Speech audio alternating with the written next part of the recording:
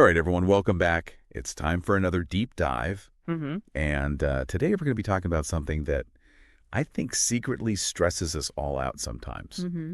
Perfectionism. You know, Yes. that feeling you're not quite good enough unless it's perfect. Right? And, you sent in this awesome piece called 5 Tips for Managing Perfectionism. And honestly, I'm really curious to dig in Yeah. because what I love is it's not just airy-fairy advice. Like, Mm-hmm. there's some real bite to these tips. So Yeah, absolutely.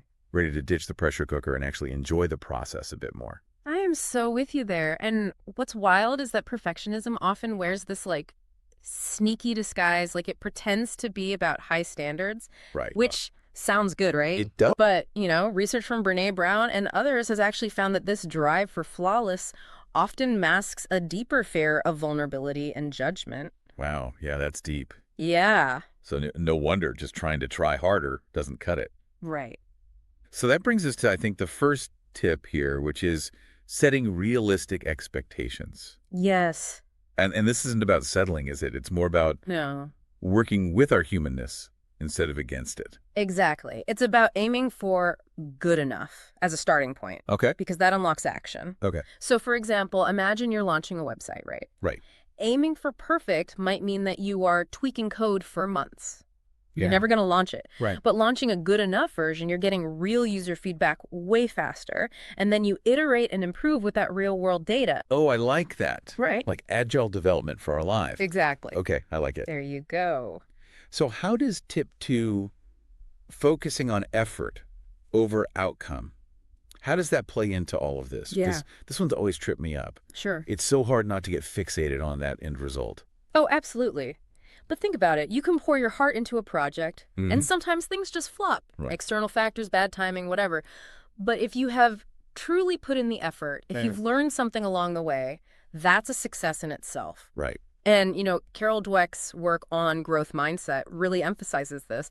It's about seeing setbacks as opportunities for learning, not as personal failures. Ugh, yes.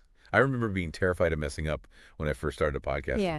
But like every flub, every awkward interview question. It's taught me something crucial, Yeah. And if I had aimed for perfect right off the bat, I probably wouldn't even be here now. Exactly. And that dovetails perfectly with tip 3, limiting comparisons, Ooh. which in today's hyper-connected world, Oh, tell me about it. way easier said than done, right? Right. Studies show that increased social media use is correlated with increased anxiety and depression, Yeah. partly because of these unrealistic comparisons we're making constantly. Oh, 100%. It's like everyone is showcasing their highlight reels. Yes. Right. We're hit with these curated snippets of success that make our own messy behind-the-scenes journeys seem so inadequate. Totally. And we forget those perfect-looking people. They're dealing with their own stuff, too. Like, Yeah. we're all human. Yeah. What's helped me is being really intentional about who I follow online. Oh, interesting. So it's less about aspirational figures, more about folks who are authentic about their struggles and their wins. Yeah. It just makes it feel more relatable, you know? Totally. It's about creating an online space that fuels your growth, Yes. not your insecurities. Love it.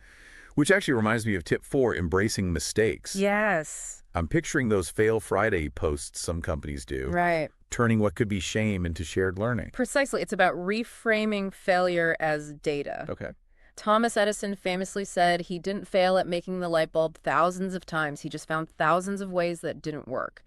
Each attempt got him closer to the solution. Okay, so that's officially how I'm viewing my baking disasters from now on. There you go. Experimentation, not failure. I love it.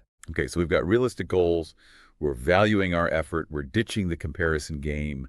We are befriending our mistakes. Yes. That brings us to the final tip. This is a big one. Okay. Practicing self-compassion. How does this tie everything together? This is huge. Yeah.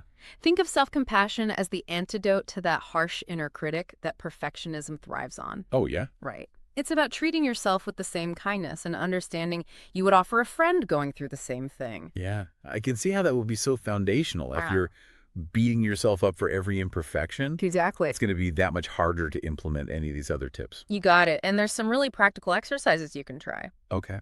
Mindfulness meditation can help build awareness of those critical thoughts. Mm. And then when they come up, try reframing them in a more compassionate way, like, I'm struggling with this right now, Yeah.